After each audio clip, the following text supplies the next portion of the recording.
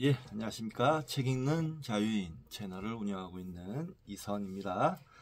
오늘 2025년 10월 12일 일요일.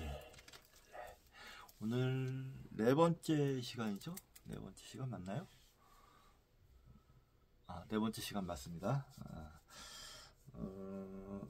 저는 이제 물건을 싣고 들어왔고요. 내일 이제 단양에 가고, 단양에서 충주로 넘어가서 충주에서 경주 가는 일정으로 일을 잡아놨습니다. 아이고, 저는 이제 영화를 한 편 볼까 했는데 영화는 좀 이따 보기로 하고, 새로 만든 내 몸 사용 설명서를 그동안 너무 안 읽어서 이거 좀 오늘은 조금이라도 읽자 싶어가지고 자리에 앉았습니다. 새로 만든 내 몸 사용 설명서 조금만 읽고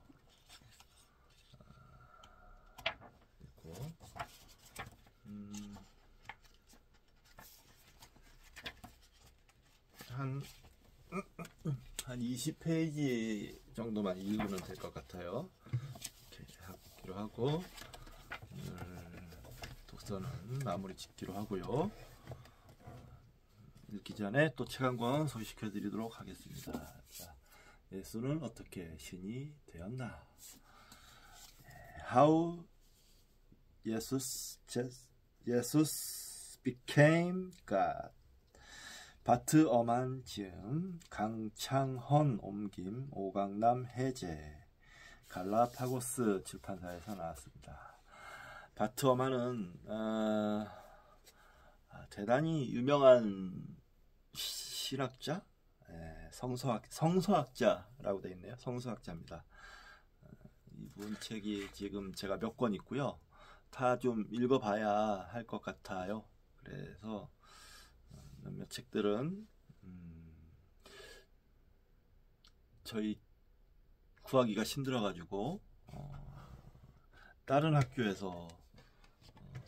도서관에서 대출을 해가지고 제본을 뜨고 이런 식으로 제가 많이 노력을 좀 많이 했습니다. 제본 뜬 책들도 좀 많이 있거든요. 그래서 한참 읽다가 어떻게 계속 그걸 이어가지를 못하고 중단하면서 화물 트럭 일에 일을 시작하다 보니 시간이 안 돼서 한참 공부를 못하고 있었어요. 그 전까지만 해도 한 20여 권 정도의 책을 성서 기독교 관련 책들을 이 바트 어반이나 다른 크로스안이라든지 카렌 암스트롱 이런 외국인들 서양 학자들의 책들을 많이 읽었고, 또 도울 선생님 책들, 기독교에 관련 책들도 많이 읽었습니다. 많이 읽었기 때문에 이제 다시 공부를 시작하면서 다시 재점검하면서 논문을 쓸 수 있는 자료들을 모을 생각입니다. 자, 이 책 한번 차례를 읽어보도록 하겠습니다. 차례 서문, 그리스도의 궁극적 질문에 대한 역사적 탐구. 이 역사적 예수에 대한 탐구를 하는 겁니다. 1장 고대 그리스와 로마의 신성한 인간들, 2장 고대 유대교의 신성한 인간들, 3장 예수는 정말로 자신을 하느님이라고 생각했나, 4장 예수의 부활 우리가 알 수 없는 것, 5장 예수의 부활 우리가 알 수 있는 것, 6장 하느님의 아들이 된 예수, 7장 세상으로 내려온 예수, 8장 신약 성서 이후 갈 길이 막힌 2, 3세기 그리스도론들, 9장 니케아 공의회 예수 완전히 하느님이 되다, 맺은 말 역사적 예수에서 신으로 그 여파, 감사의 말 해제 역사적으로 재맥락화된 예수 오강남. 딱 제가 읽어야 될 책입니다. 딱 제가 읽어야 될 책이고, 이 책에서 도마복음 이야기가 나올 것 같은데, 도마복음 이야기가 나온다면 도마복음이 얘기는 안 나오는데, 아무튼 성서학자의 책 예수는 어떻게 신이 되었나, 반드시 제가 읽어봐야 할 책입니다.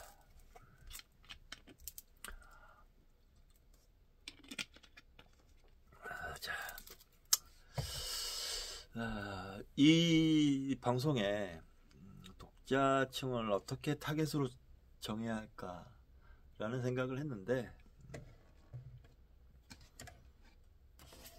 모든 외로운 사람들을 타겟층으로 하고 싶어요. 왜냐하면 제가 혼자 사는 싱글이고 독거 장년이고 독거 노인은 아니죠, 아직. 강아지 키우면서 살고 있는 그런 사람이 1인 가정이기 때문에 1인 가정의 사람들이 보면서 같이 소통을 하면 어떨까, 그런 생각이 많이 듭니다.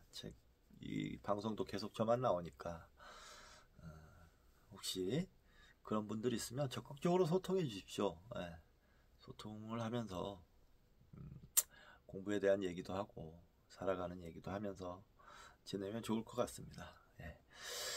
자, 우리 건강도 돌봐야죠. 그러려면 건강을 돌보도록 해보겠습니다. 127쪽 뼈, 관절, 근육 젊게 만들기 작전. 차가 바퀴 없이는 꼼짝도 못하는 것처럼 뼈와 관절, 근육이 구조적으로 적절히 움직여주지 않으면 당신은 조금도 움직일 수 없다. 일상적인 걷기부터 김연아처럼 뛰어난 스케이팅 연기까지 모든 동작을 하기 위해서는 적당한 운동으로 뼈와 관절, 근육을 훈련시켜야 한다. 젊게 만들기 작전 1. 자신의 능력에 맞는 새 유형의 운동을 하라.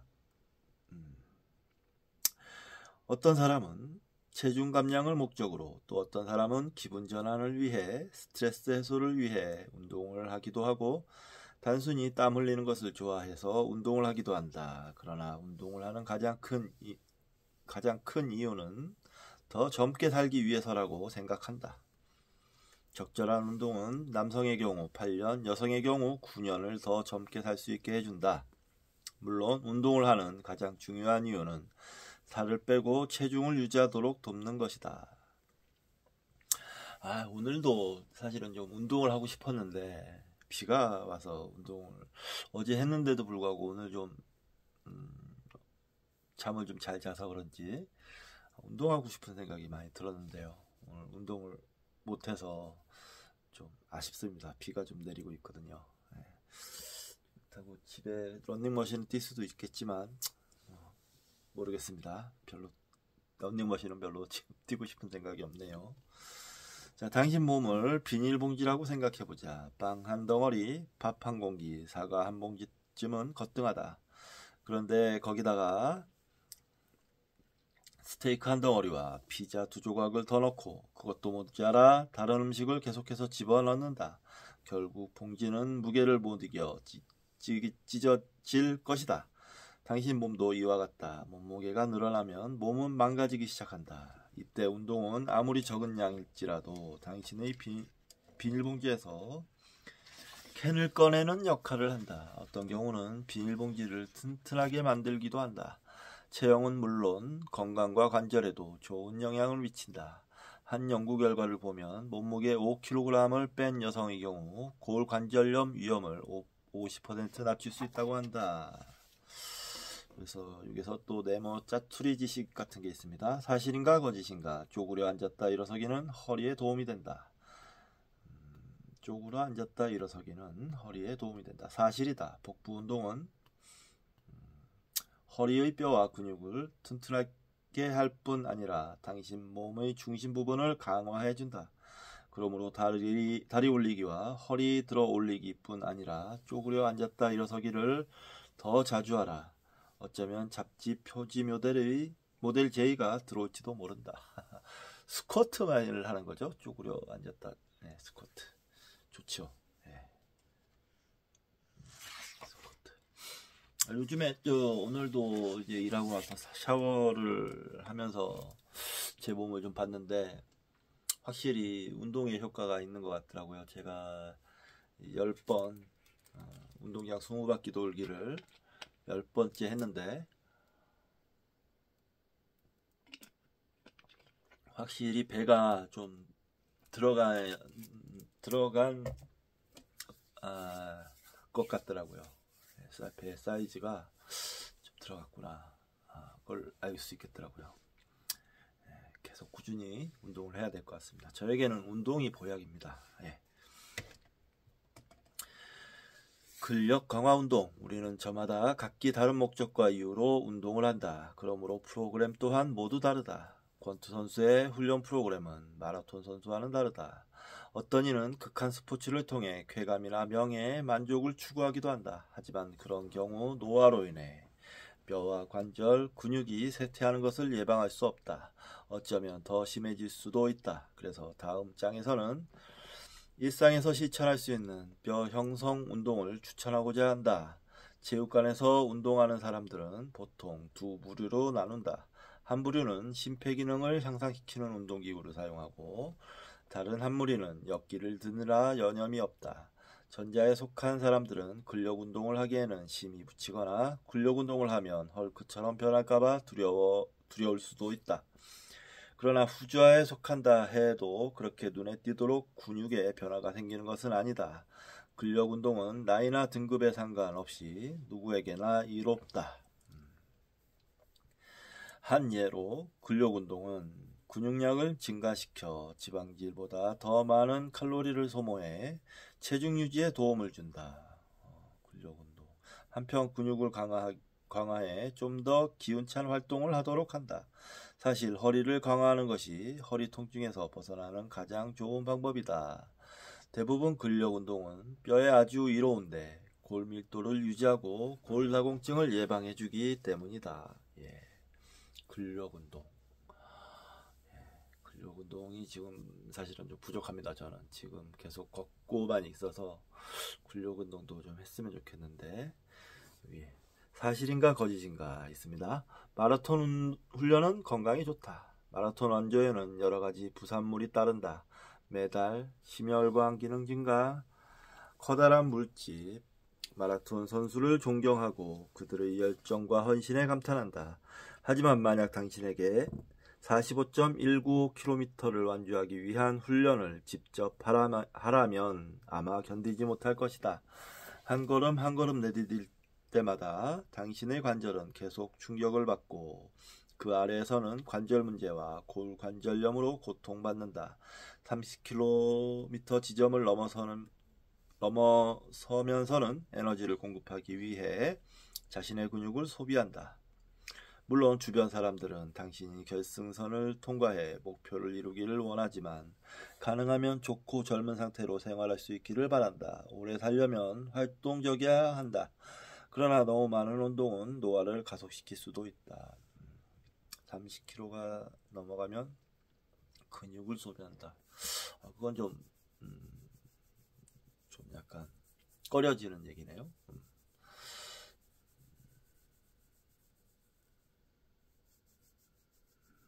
마라톤 안주. 지금 제가 운동장 트랙을 들고 있는데 거기에 이제 우레탄인가요? 아무튼 뭐 고무 이렇게 쫙 깔아놔서 푹신푹신하니 걷기가 좋아요. 그래서 무릎이나 관절에 덜 무리가 가서 운동장에서 걷는 걸 선호하고 있습니다. 지금 또 좀 겨울이 되면 모르겠지만 날씨가 너무 춥고 그러면 이제 좀 근육 운동도 좀 해야 되겠어요. 저 체육관 있으니까 체육관 가서. 자, 골밀도 대부분 근력 운동은 뼈에 아주 이로운데 골밀도를 유지하고 골다공증을 예방해 주기 때문이다. 어떻게 이 같은 효과가 가능할까? 뼈는 긴장에 반응해 형성되는데 근력 운동 과정에서 근육이 뼈를 잡아당길 때 뼈를 자극해 밀도를 증가시킨다. 근력 운동은 벤치프레스에서만 할 수 있는 것은 아니다. 아령을 든 기계를 이용하든 튜브나 밴드를 밀고 당기든 자신의 몸무게를 이용하든 어떤 식으로라도 근력 운동을 하면 좋다. 골 형성 근력 운동 가운데 어떤 것은 외부 무게를 추가할 필요가 없다. 자신의 신체를 저항으로 활용할 수 있기 때문이다. 쪼그려 앉았다 서기와 런지는 다리와 엉덩이 근육뿐 아니라 허리 근육을 강화해 요추 염자를 예방해준다. 거기다 상체 운동과 복부 운동을 추가하면 전체 몸의 안정화와 강화에 도움이 된다. 더군다나 근력 강화 운동은 날씬한 몸을 유지하는 데에도 더할 나위 없이 좋다. 만약 근력 강화 운동을 하지 않는다면 10년마다 근육량의 5%를 잃어버린다. 35세 이후 평균적으로 여성은 10년마다 1kg, 남성은 1.5kg씩 근육이 소실된다. 근육이 늘어나면 에너지를 더 필요로 하므로 지방이 연소된다. 근육 500g은 하루에 75에서 150kg의 킬로칼로리의 에너지를 사용한다. 근육이 많아야겠네요. 기억하라. 근육은 에너지를 사용하는 반면 지방 500g은 하루에 단지 3칼로리의 에너지만 필요로 한다. 지방은 당신에게 전혀 도움이 되지 못한다. 지방을 유지하는 데는 에너지도 필요 없다. 근력 운동은 근육을 강화하는 동시에 관절의 유연성을 증가시킨다. 또 뼈 조직을 재형성하며 강한 근육이 붙은 근골격계를 만들어 당신의 뼈와 관절에도 도움이 된다. 이때 지구력 강화 운동을 함께하면 몸이 전체적으로 강해진다. 그렇군요.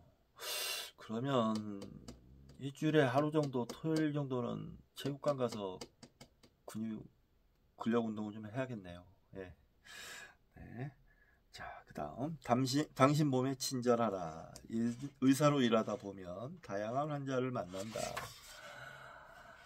환자들의 병력뿐 아니라 그들이 어떤 일을 마주했을 때 심장이 뛰는지도 알 수 있다. 그런 예로 우리는 운동을 포기할 수 없어 의학적 치료로 심장 수술을 선택하는 사람들을 만나곤 한다.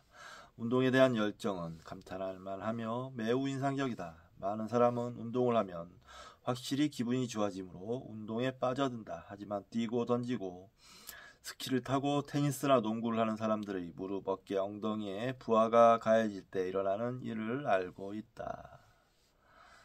그렇죠. 제가 농구를 오래도록 했는데 무릎 관절이 좀 안 좋습니다. 발목 같은 경우는 인대가 끊어져서 수술도 하기도 했고요. 농구의 즐거움과 바꾼 것이 꽤 있습니다. 하지만 농구는 저에게 즐거움과 건강을 가져다 줬습니다. 후회하진 않습니다. 자, 사실인가 거짓인가? 특정 근육 운동을 하면 혹은 전기 자극기를 사용해 특정 부위의 살을 뺄 수 있다. 당신 엉덩이에 살이 좀 붙었다고 가정하자. 하루에 1000번 앉았다 일어나기를 하고 엉덩이에 전기 자극기를 가하면 지방을 태워버릴 수 있을까? 유감스럽게도 당신 몸은 그렇지 않다. 한 가지 운동으로 또는 어떤 종류의 전기장치나 운동장치로도 특정 부위의 지방을 태워버릴 수는 없다. 다이어트에 안달이 난 사람을 보라. 가장 먼저 어디가 눈에 들어오는가? 얼굴이다. 체육관에서 얼굴 운동을 하는 사람은 없다. 흔히 살이 빠졌으면 싶은 부위는 가장 나중에 빠진다. 그러니까요. 뱃살, 옆구리살 그렇잖아요. 특정 운동을 해서 특정 부위의 근육을 키울 수는 있지만 특정 부위의 살을 뺄 수는 없다.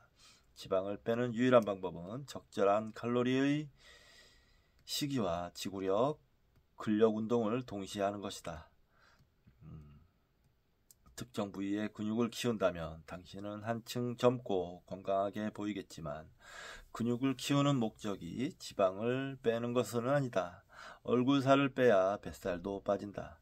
식사를 줄이고 운동량을 늘린다면 몸 전체의 살을 뺄 수 있고 누구보다 자신이 더 젊어졌다고 느끼며 실제로 그렇게 되고 또 그렇게 보일 것이다. 적절한 저항 운동을 하면 뼈가 다시 자라고 유지되며 뼈의 밀도를 유지할 정도의 긴장을 가한다. 뼈가 자라는 데는 많은 저항이 필요 없다. 사실 전혀 필요하지 않다. 단지 일주일에 한 번 30분간의 근력 운동만 해주면 당신의 골밀도는 아주 안전하다. 더 좋은 것은 한 번에 다 하지 않는 것이다.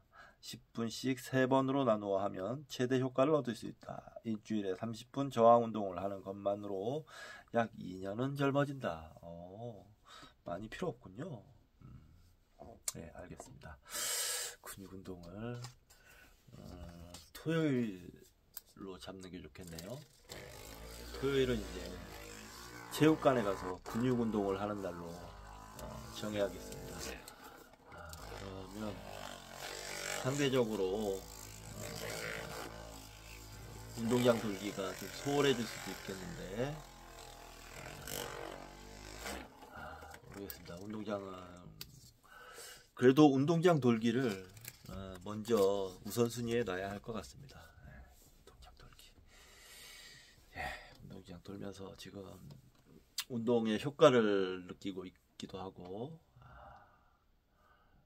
요즘 제 뱃살을 보면 혐오감을 느끼고 있거든요. 이래서는 안 된다. 이 살찐 몸은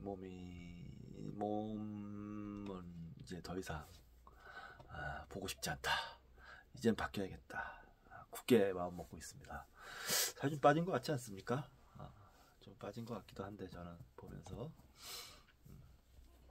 계속 해나가겠습니다. 아무튼 자, 아놀드 슈왈츠제네거의 예로 돌아가자. 그는 영리하기 때문에 자신의 몸이 약해지기 시작할 때 무엇을 해야 할지 알았다. 통증이 심해지고 특히 관절에 만성적 문제가 생겼다. 그래서 너무 많이 해온 근력 강화 운동을 줄이고 적게 한 지구력 강화 훈련을 늘렸다. 지구력 훈련은 뼈에는 별반 도움이 되지 않지만 심장과 혈관을 젊게 유지하기 위해서는 필요하다. 달리기나 계단 오르기 같은 심혈관 훈련은 뼈와 관절에 무리를 줄 수 있다. 더 오래 살고 충격으로부터 관절을 보호하기 위해 할 수 있는 가장 좋은 지구력 훈련은 수영, 노젓기, 자전거 타기, 타원형 운동기구에서 운동하기 등이다. 이런 운동은 심장 박동수를 증가시키고 다양한 근육을 쓰게 한다. 수영은 관절에 무리를 주지 않으면서도 몸의 모든 부위를 움직이게 한다. 그러므로 관절통과 관절염으로 고생하는 사람이 하면 좋다. 수영은 심혈관계 건강을 유지하면서 관절을 회복해주는 가장 좋은 방법이다. 자전거 타기와 걷기도 좋은 운동 방법이다. 걷기가 저에게 지구력 훈련이죠. 확실히 걷기가 근력 운동에는 크게 도움은 안 되더라고요. 아무리 이렇게 움직여봐도 걷기 해보면 근력에는 도움은 없어요. 지구력 운동입니다. 단 하루 30분 이상 걷되 심장 박동수를 충분히 올려야 지구력 훈련이 된다. 완벽한 운동 프로그램을 원한다면 체중 부하와 비체중 부하 지구력 운동을 모두 포함해야 한다. 왜냐하면 서로 다른 날 다른 형태의 지구력 운동을 하는 교차 훈련은 서로 다른 근육을 사용하도록 돕기 때문이다. 그리고 근력 강화 운동은 근육을 만들고 그 근육들은 다시 관절 손상이 없도록 지지해준다. 사실인가 거짓인가? 체중이 너무 많이 나가서 운동할 수 없다. 체중이 너무 많이 나가서 운동을 할 수 없다고 말하는 것은 너무 말라서 먹을 수 없다는 말과 같다. 아무리 체중이 많이 나간다고 해도 살을 빼고 뼈를 튼튼하게 하고 관절이 담당하는 무게를 줄이는 일련의 과정을 시작할 수 있다. 체중이 많이 나가거나 다른 병이 있다면 운동 프로그램을 시작하기 전에 의사에게 진료를 받아야 한다. 처음에는 적게 하루에 5분씩 걷고 며칠마다 1분씩 늘려라. 곧 하루에 1시간 걸을 수 있을 정도가 된다. 근력 운동도 역시 조금씩 시작하라. 캔이나 책으로 하는 운동은 근육을 자극하는 새로운 방법이다. 그리고 대사량을 상승시키기 시작해 지방을 태워버릴 수 있다. 오래 살고 싶다면 오늘 당장 시작하라. 오늘 당장 시작하십시오. 안 하시는 분 계신다면 당장 시작하십시오. 당신은 건강과 관련한 문제에서 매우 다양한 선택을 해야 한다. 우선 자신이 가진 위험한 인자를 고려해야 된다. 어떤 경우에는 해가 되는 것이 다른 경우에는 도움이 될 수 있다. 달리기는 심장에 이롭지만 관절을 다치게 할 수도 있다. 그런 경우 바로 관절을 보호하면서 심장 기능도 활성화할 수 있는 운동을 찾아야 하는 것이다. 제가 그래서 걷기를 선택하고 있는 건데, 달리기는 80km, 70km대로 접어들었을 때 할 생각입니다. 앞으로 20km만 더 빼면 되는 거 아니겠습니까? 할 수 있습니다. 할 수 있습니다. 할 수 있습니다. 네, 그렇게 생각하도록 하겠습니다. 사실인가 거짓인가? 가벼운 덤벨을 들고 걷는 등 근력운동과 걷기를 병행하면 좋다. 3km를 걸으면서 1.5kg짜리 아령을 사용하면 같은 시간에 더 강해지고 살을 뺄 수 있다고 생각한다. 그러나 걸으면서 아령을 사용하는 것은 걸음마 하는 아기가 차가 쌩쌩 달리는 차도로 뛰어드는 것만큼 위험하다. 크기만 봐서는 그리 무리가 없어 보인다. 그러나 정형외과 수술실에 들어갈 수 있다. 왜 그럴까? 많은 사람이 걸을 때 팔의 움직임에 그리 주의하지 않는다. 게다가 무게까지 더해지면 자칫 잘못해 어깨관절의 정상 운동 범위를 지나치게 벗어나 결국 어깨관절에 손상이 온다. 운동도 좋지만 무엇보다 관절의 건강을 고려한 운동 방식을 선택해야 한다. 맞습니다. 무의식적으로 이렇게 움직이기 때문에 여기에 무게를 더하면 근육에 당연히 관절에 무리가 가죠. 위험합니다. 제가 봐도 위험한 것 같아요. 그렇게 운동하는 사람도 거의 없고, 그렇게 운동한다면 말려주는 게 맞겠죠. 맞습니다. 자, 그 다음 느슨하면서도 강하게.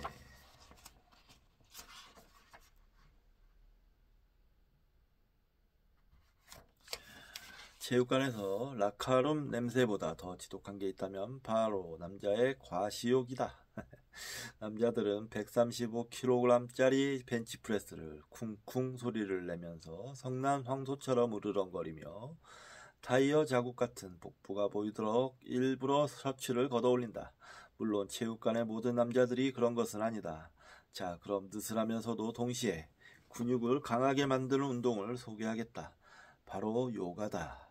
요가는 몸을 움직일 수 있는 모든 방향으로 스트레칭하고 숨쉬고 조화를 이루는 등 고대 운동 방법에 근거를 두고 있다. 오늘날 그토록 많은 인기를 누리는 것도 이런 이유에서이다. 요가에는 장수를 돕는 3가지 장점이 있다. 첫째, 유연성이 증가한다.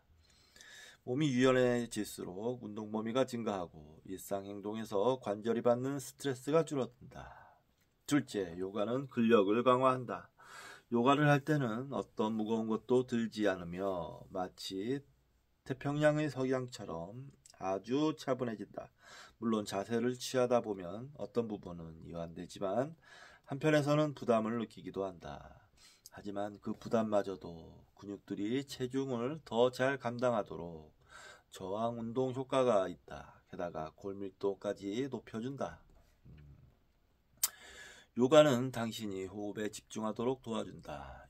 호흡요법이 궁금하다면 잠깐 폐에 대한 장을 넘겨보는 것도 좋다.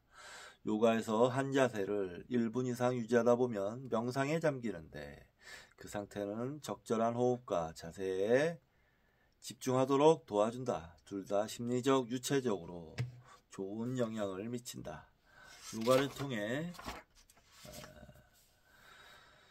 우리 몸과 그 한계를 알 수 있다. 단순한 요가 동작을 한 번에 5분 정도만 해도 충분히 효과를 볼 수 있다. 지금 당장 시작하라고 권하고 싶다.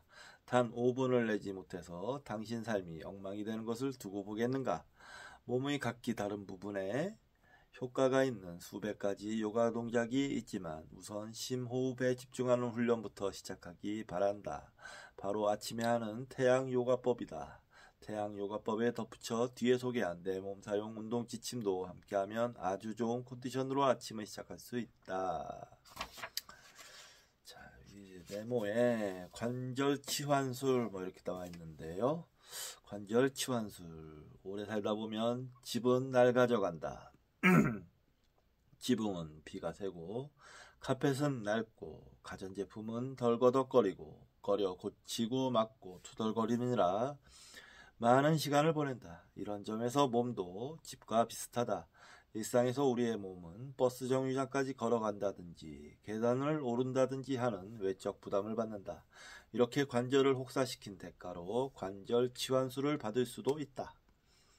퇴행성 관절염의 원인이 되는 무릎과 고관절은 관절 치환술을 가장 많이 시행하지만 성공률도 높은 부위이다. 하지만 성공적으로 수술한다 해도 그 수명은 단지 10여 년에 불과하므로 역시 치료보다는 예방이 훨씬 중요하다.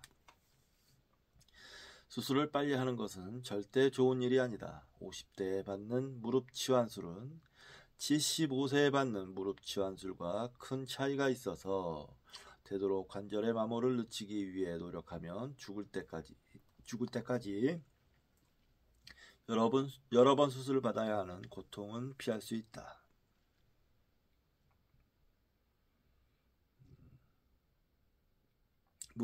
물론 의료 기술이 더 발달해서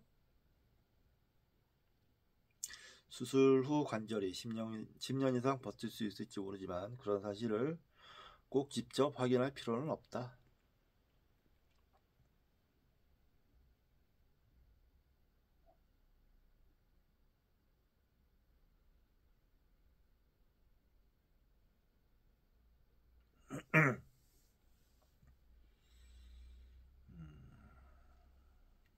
요 대목은 좀 이해가 안 가네요. 수술을 빨리 하는 것은 절대 좋은 일이 아니다. 50대에 받는 무릎 치환술은 75세에 받는 무릎 치환술과 큰 차이가 있어서 되도록 관절의 마모를 늦추기 위해 노력하면 죽을 때까지 여러 번 수술을 받아야 하는 고통은 피할 수 있다. 무슨 소린지 앞뒤가 좀 안 맞네요.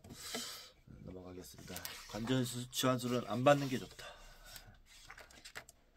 안 받는 게 좋다라기보다는 안 받을 수 있도록 모르겠습니다.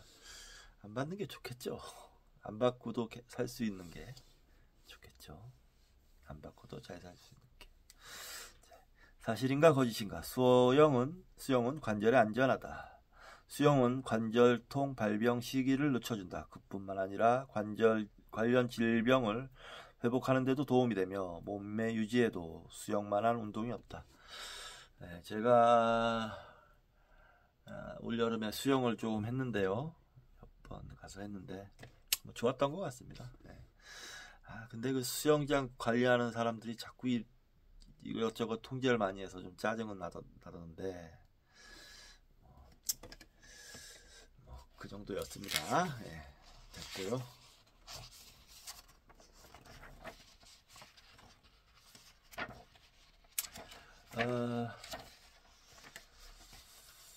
여기 태양 요가법이 있습니다. 양발을 붙이고 서라. 손바닥을 서로 맞대어 심장 높이에서 잡아라. 몸무게가 균등하게 나뉘도록 하라. 숨을 내쉬어라. 팔을 위로 들어 올려라. 천천히 뒤로 젖히면서 팔을 머리 위로 뻗어라. 목을 유한시키고 몸을 숨을 들이마시라. 가능하면 허리가 무릎에 닿도록 손이 발에 닿을 때까지 천천히 앞으로 구부리면서 숨을 내쉬어라. 손바닥을 아래로 누르며 손가락 끝이 발가락과 일치하게 한 후 바닥에 대라. 유연한데요. 오른쪽 다리를 몸에서 멀리 뻗어라. 숨을 들이쉬면서 손과 발을 발바닥에 놓고 이렇게 손 사이에 왼쪽 발을 두고 머리를 들어라. 발 뒤를 오른발 쪽으로 가져가라. 엎드려 뻗쳐 자세네요. 발바닥에 팔꿈치가 닿을 때까지 숨을 내쉬면서 몸을 낮춰라. 이렇게 숨을 들이쉬면서 바닥에 골반을 두고 머리를 들어라. 팔에 힘을 주면서 가능한 한 등 쪽으로 상체를 젖혀라. 손을 바닥에 대고 팔을 편 채로 유지하며 엉덩이를 들고 발과 다리를 정렬하라. 숨을 내쉬어라. 천천히 들이쉬면서 오른쪽 다리를 구부려서 앞쪽으로 옮겨라. 손을 바닥에 고정하고 손 사이로 오른쪽 발을 두면서 머리를 들어 올려라. 손을 제자리에 두고 양발을 붙이고 다리에 힘을 주어라. 하지만 허리를 구부려 상체를 낮춰라. 머리가 가능한 무릎에 닿도록 하라. 숨을 내쉬어라. 천천히 일어서서 선자리로 허리를 펴라. 등 쪽으로 구부리고 숨을 들이쉬면서 머리를 위로 팔을 뻗어라. 처음 자세로 돌아온다. 숨을 내쉬어라. 됐습니다. 다 했습니다. 내 몸 사용 운동 지침. 매일 30분씩 걸어라. 하루 동안 짧은 시간으로 나누어 총 30분 정도 하면 좋다. 일주일에 30분 근력 운동을 하라. 10분씩 3번으로 나누어 한다. 일주일에 60분 지구력 훈련을 하라. 수영이나 자전거 타기 등을 20분 동안 3번으로 나누어 하면 좋다. 일주일에 30분 요가나 스트레칭을 하라. 5분씩 6번으로 나누어 한다. 스케줄 예시가 있습니다. 하루 30분씩 걷고 다음 훈련을 더 하라. 하루 30분씩 걷고 월요일 20분 지구력 훈련 이후 5분의 요가나 스트레칭. 화요일 10분의 저항 훈련 이후 5분의 요가나 스트레칭. 수요일 20분 지구력 훈련 이후 5분의 요가나 스트레칭. 목요일 10분 저항 훈련 이후 5분의 요가나 스트레칭. 금요일 20분 지구력 훈련 이후 5분의 요가나 스트레칭. 요가가 다 들어가네. 토요일 30분 걷기 추가하고 총 1시간 10분 동안의 근력 운동. 일요일 30분 걷기 추가 총 1시간. 운동은 매일 해야 되는 거군요. 그렇습니다. 오늘 운동을 못해서 좀 아쉽긴 한데 어제 그래도 열심히 했으니까 이거 읽고 나서 뭘 좀 해야 될 것 같은 느낌이 드는데요. 젊게 만들기 작전 2. 뼈를 강하게 만드는 음식. 칼슘. 칼슘은 꼭 필요한 영양소로 뼈에는 절대적이다. 칼슘은 우리 몸에서 많은 일을 한다. 염증으로부터 관절을 보호하고 근육의 수축을 돕는다. 또 신경에서 뇌의 작용을 돕고 혈압을 정상으로 유지해주며 대장암의 위험도 줄여준다. 하지만 무엇보다 뼈를 단단하게 하기 때문에 골격계에 아주 중요하다. 몸은 30대 초반까지는 남는 칼슘을 저장한다. 30대 초반은 골밀도가 최고인 시기이다. 그 이후에는 더 이상 칼슘을 저장하지 않는다. 그러므로 음식에서 칼슘을 얻어야만 한다.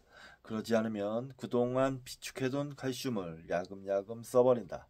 마치 집안의 식료품 저장실과 같아서 새로 채우지 않으면 결국 바닥이 나고 만다. 뼛속의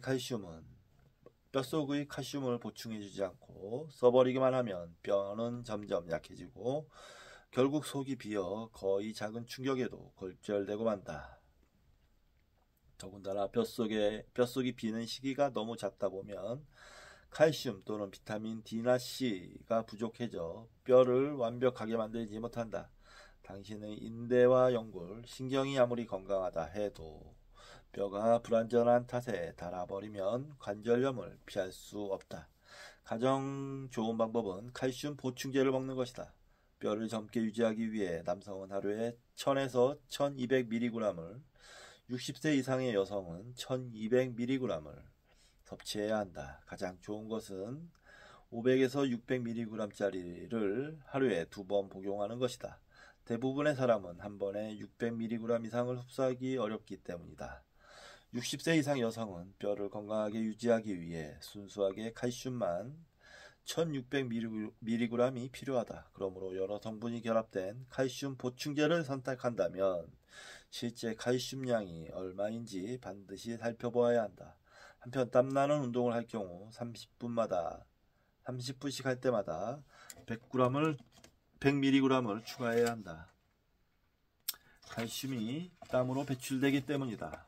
우유 광고를 보면 알겠지만 우유나 치즈, 요구르트 등 유제품에는 칼슘이 많다. 하지만 문제는 대부분의 성인이 최소한의 하루 칼슘 필요량을 얻을 만큼 유제품을 먹지 못한다는 것이다. 그만큼의 칼슘을 유제품에서 얻으려면 저지방 또는 무지방 유제품을 먹어야 한다. 왜냐하면 칼슘을 섭취하려다 포화지방산을 너무 많이 먹을 수 있기 때문이다. 앞서 말했지만 포화지방산을 20g 이상 섭취하면 노화가 빨라진다. 또 포화지방산은 혈관의 염증을 일으키고 면역장애나 암 발병 위험을 높이며 체중까지 증가시킨다. 나아가 뼈나 관절에까지 무리를 일으킨다. 칼슘이 풍부한 음식으로는 녹색 채소도 있다. 좋은 칼슘 보충제를 고르는 기준은 사뭇 까다롭다. 먼저 겉면을 꼭 꼼꼼히 읽어라. 한 번에 칼슘 600mg, 마그네슘 200mg, 비타민 D 200 단위의 크기와 맛을 가진 보충제라면 하루 4알 정도 먹으면 된다. 칼슘 보충제보다는 저지방 우유 4잔을 선택해도 괜찮다. 뭐든 권장하는 칼슘량을 섭취해주기만 하면 되는데 단 철분이 들어있는 것은 피해야 한다. 철분이 칼슘 흡수를 방해하기 때문이다. 철분 섭취는 일반 식사로도 충분하다. 만약 빈혈이 있으면 철분 보충이 반드시 필요하다면 2시간의 시간을 두고 복용하면 된다. 한 가지 더, 산을 중화시키는 제산제와 칼슘을 같이 먹는 것도 피해야 한다. 칼슘 보충제. 생각 좀 해야 되겠습니다. 칼슘 보충제. 혹시 드시고 계신가요? 저는 안 먹고 있는데 지금 무슨 영양제 같은 걸 지금 안 먹고 있어요. 사실은 먹어야 되나 싶기도 하고, 의사 선생님은 먹는데 그런 거 먹을 필요가 없다 이렇게 얘기하던데 잠시 쉬었다가 하도록 하겠습니다. 재밌네요. 네, 재밌어요.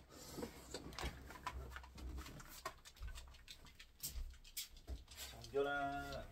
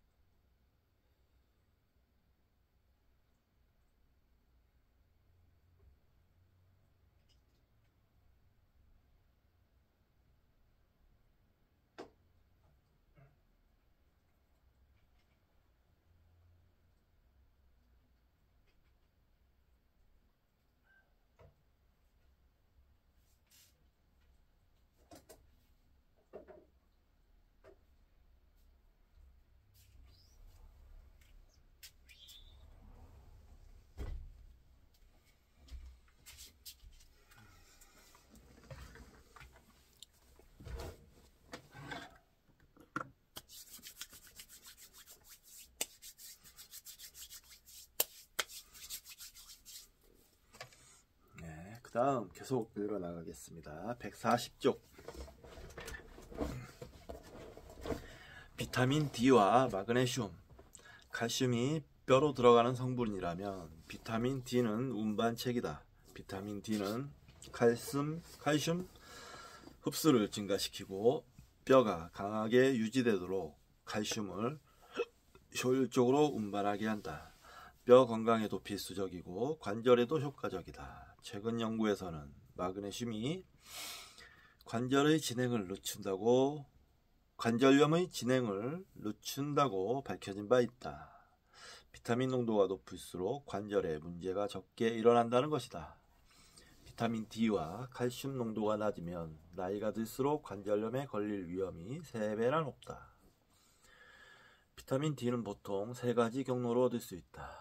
태양, 음식, 비타민 보충제. 태양은 비활성 비타민 D를 활성 비타민 D로 전환해준다. 그러나 대부분의 사람은 필요한 만큼 햇빛을 쬐지 못한다. 그리고 너무 오랜 시간 태양에 노출되면 피부암의 위험이 높아진다. 게다가 자외선 차단제는 비타민 D 전환을 방해한다. 어류나 조개류 음식에는 비타민 D가 많다. 우유나 100% 오렌지 주스, 시리얼 등에도 비타민 D가 풍부하다. 하지만 대부분의 성인은 권장량을 채울 만큼 우유나 오렌지 주스, 시리얼을 먹지 못하므로 보충제를 복용해야 한다.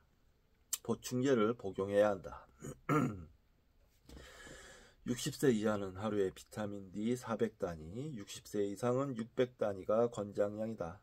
마그네슘은 신경작용에서 칼슘의 효과를 조절하는 데 도움이 되기 때문에 400에서 500mg 정도 먹으면 좋다. 오메가3 지방산. 오메가3 지방산은 우리 몸 어디에서나 환영받을 영양소이다. 몸의 윤활유 격이다. 연어나 참치 같은 생선, 호두, 아마씨, 아보카도, 액기업류, 올리브유 등에 함유되었다. 오메가3 지방산은 관절 기능에 필요한 윤활제를 공급한다. 관절에 윤활제를 바르니 늙어가면서 마찰과 마모와 통증이 덜 생긴다. 오메가3 지방산이 염증이 생긴 관절에서 염증을 줄여준다는 사실이 여러 연구를 통해 밝혀졌다. 이 결과가 널리 받아들여지지는 않지만 우리는 일주일에 2번 생선 형태의 오메가3 지방산을 섭취하라고 가족과 친구들에게 권한다. 또 하나, 생선 기름과 생선 단백질은 무릎 반달 연골의 막을 재생한다. 만약 무릎 반달 연골 파열이나 만성 무릎 반달 연골 이상으로 고생하고 있다면 생선을 자주 먹으면 좋다. 생선을 좋아하지 않는다면 생선 기름 캡슐을 섭취하라. 약 3g은 일주일에 생선 한 마리 반을 먹는 것과 마찬가지이다. 그리고 증류 과정을 거쳤기 때문에 혹시 있을 수 있는 불순물 없이 먹을 수 있다. 비타민 C, 골다공증과 연관된 대부분의 연구가 비타민 D나 칼슘과 관련이 있지만 실제로는 비타민 C 역할을 눈여겨보고 있다. 앞장에서 살펴보았듯이 강력한 항산화 효과부터 면역 효과 증대까지 비타민 C에는 다양한 능력이 있다. 아울러 비타민 C는 노화에 따른 골다공증과 관련한 뼈 소실, 연골 결함 등을 예방한다. 또 연골이 더 젊게 재생되는 데 반드시 필요한 영양소이다.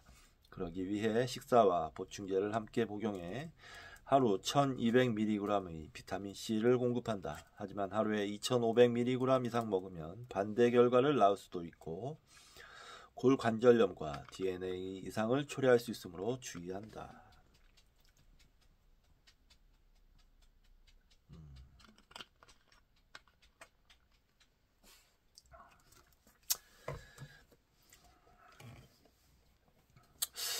보충제를 먹어야 되나 그런 생각이 막 듭니다.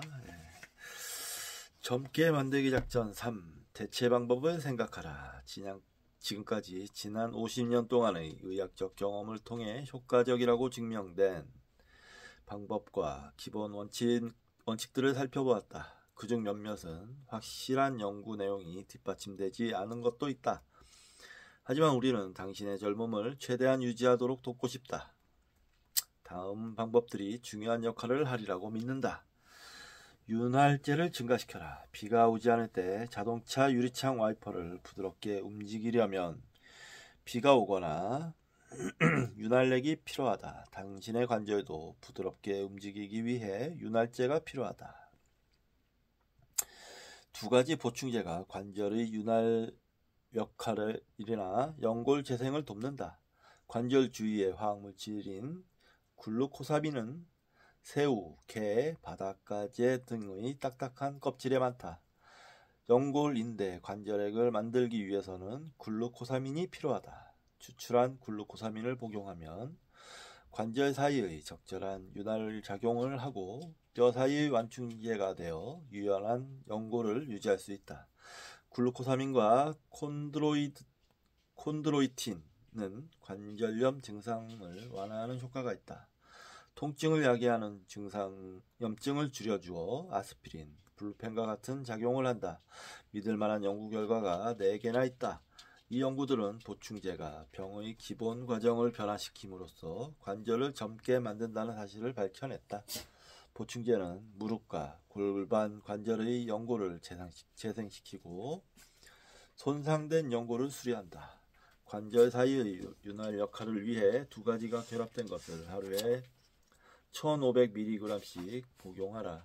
보충제 하나에 25% 이상의 성분이 들어있는 것이면 좋다. 먹어야 할 보충제가 많네요. 자, 뼈를 파괴하는 음식이라고 나왔습니다. 여러 가지 유행이 왔다가 사라지곤 한다. 건강 정보도 마찬가지다. 어떤 것은 잠깐이지만 어떤 것은 상당 기간 인기를 끈다. 한때 고단백 다이어트가 잠시 유행했다. 다른 다이어트처럼 체중 감소에는 효과가 있지만 극도의 고단백 다이어트는 뼈 소실을 가속화한다. 매일 지나치게 많은 양의 단백질을 섭취하면 몸에서 칼슘을 흡수하지 못하고 그대로 배출해버린다. 살은 빠지지만 뼈가 위험에 노출되고 마는 것이다. 탄산과 카페인이 함유된 음료도 같은 작용을 한다. 카페인은 우리 몸에서 칼슘을 사용하기 전에 배출되도록 할 수 있다. 360cc 탄산음료, 120cc 커피, 그리고 120g의 단백질을 섭취한다면 칼슘을 하루 20mg씩 보충하라. 저도 커피 많이 마시는데 참. 다음, 파인애플이 뼈를 치료한다. 파인애플에 함유된 블로멜린 성분은 뼈와 관절 질환을 예방하지는 못하지만 회복 속도를 빠르게 해준다. 관절에 불편함을 느낄 때 하루에 100mg씩 복용하라. 당장은 아니어도 꾸준히 복용하면 분명 효과를 경험할 것이다. 침을 이용하라. 세계에서 가장 오래된 치료 방법 가운데 하나인 침술은 불면부터 편두통까지 다양한 질병을 치료하기 위해 몇천 년 동안 이어져 왔다. 허리 통증은 미국에서 워낙 흔한 증상이기 때문에 많은 사람이 통증을 치료하기 위해 침술을 받는다. 침술 이론을 아주 간단하게 살펴보자. 우리 몸 전체에서는 에너지가 흐르는 길이 있고 이 흐름이 우리의 건강을 반영한다. 치료자는 이런 에너지의 흐름에 접근하기 위해 몸의 표면을 사용해서 내부 손상을 치료한다. 그리고 침으로 자극하여 아픈 내부장기로부터 나오는 나쁜 에너지를 조절한다. 예를 들어 한의사들은 귀를 인체의 축소판이라고 본다. 귀의 바깥쪽 둥근 부분은 척추를 나타내므로 치료자는 그 부위의 안쪽에 작은 침을 놓아 요통을 치료한다. 침들이 허리로부터 에너지 흐름을 자극해 통증을 없애준다. 치료자는 1에서 10cm 길이의 침을 사용한다. 침이 피부 깊숙이 꽂히면서도 전혀 손상을 입히지 않는 것이 참 신기할 따름이다. 침은 보통 15분 정도 꽂고 있는데 어떤 사람은 이렇게 해서 통증을 약 90% 정도까지 경감한다. 동양의학이 에너지 흐름을 조절하는 데 기여하는 반면 서양의학은 침술이 어떻게 우리 몸에 효과를 일으키는지 원인을 밝히는 연구를 한다. 지금까지의 다양한 연구가 밝혀낸 결과에 따르면 침술은 통증을 줄이는 신경물질인 엔돌핀을 방출하는데, 이 엔돌핀이 에너지의 순환을 증가시켜 치료를 돕는다고 한다. 이 침은 별 도움이 안 되는 것 같습니다. 제가 침 맞으려면 일단 비싸잖아요. 네, 비싸고. 그럴 바엔 차라리 그냥 약을 먹죠. 저 같으면 그렇다는 겁니다. 여유가 있고 하신 분들은 침도 뭐 좋다고 하니까 뭐 좋은 한의사 분을 알고 계신다면 그렇게 치료를 받아보는 것도 좋겠죠. 젊게 만들기 작전 4. 작은 변화를 시도하라. 종종 가장 작은 변화가 당신 삶의 가장 큰 결과를 이끌어낼 수 있다. 올바르게 먹고 적절히 운동하는 것을 기본 전제로 삶에서 몇 가지만 조절하면 뼈와 관절의 건강을 유지할 수 있다. 똑바로 서라. 복근을 강화하고 건강한 허리를 지키는 가장 쉬운 방법은 올바른 자세를 유지하는 것이다. 우리는 똑바로 서 있다고 생각하지만 사실 우리 대부분은 비사의 사타처럼 기울어져 있다. 머리와 목을 뒤로 당겨서 좋은 자세를 만들어 보라. 그런 다음 그 자세를 오래 유지하기 위해 노력하여 당신의 기본 자세로 만들어라. 이때 중요한 것은 복식 호흡을 해서 가슴을 당기는 것이다. 크런치를 하는 동안 또는 승강기를 탔을 때 가슴을 당겨라. 그것만으로도 당신 몸은 한결 젊어지고 활력이 살아난다. 명심하라. 건강은 바른 자세에서 시작한다는 것을.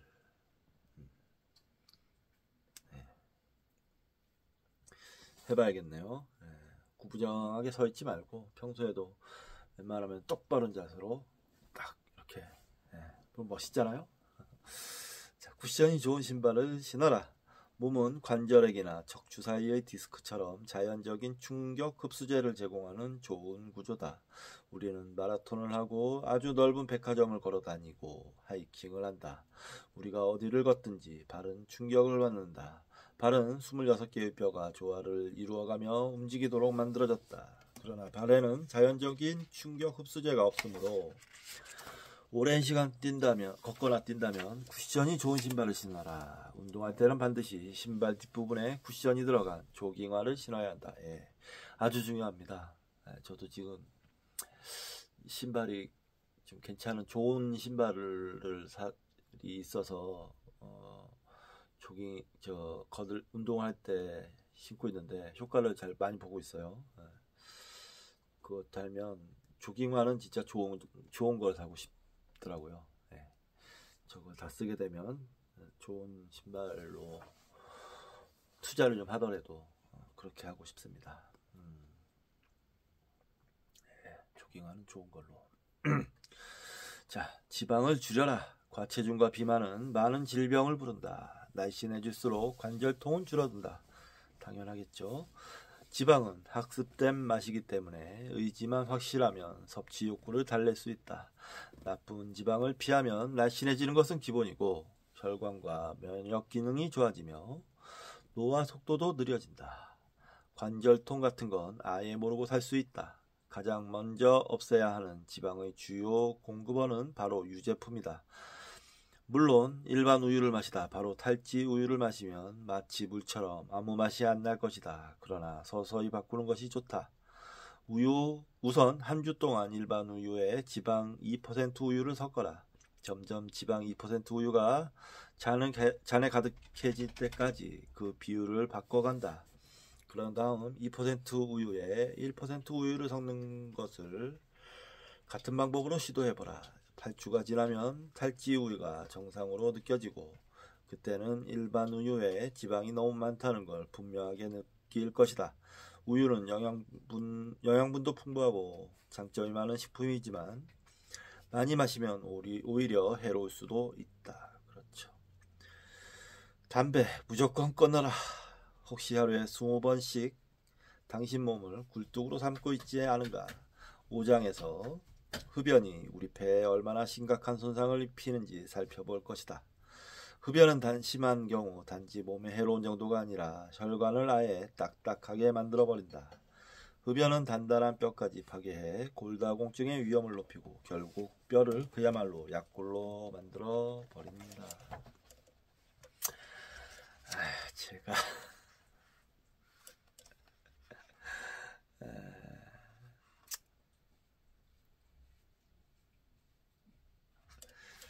제가 담배를 피우는 사람이라 참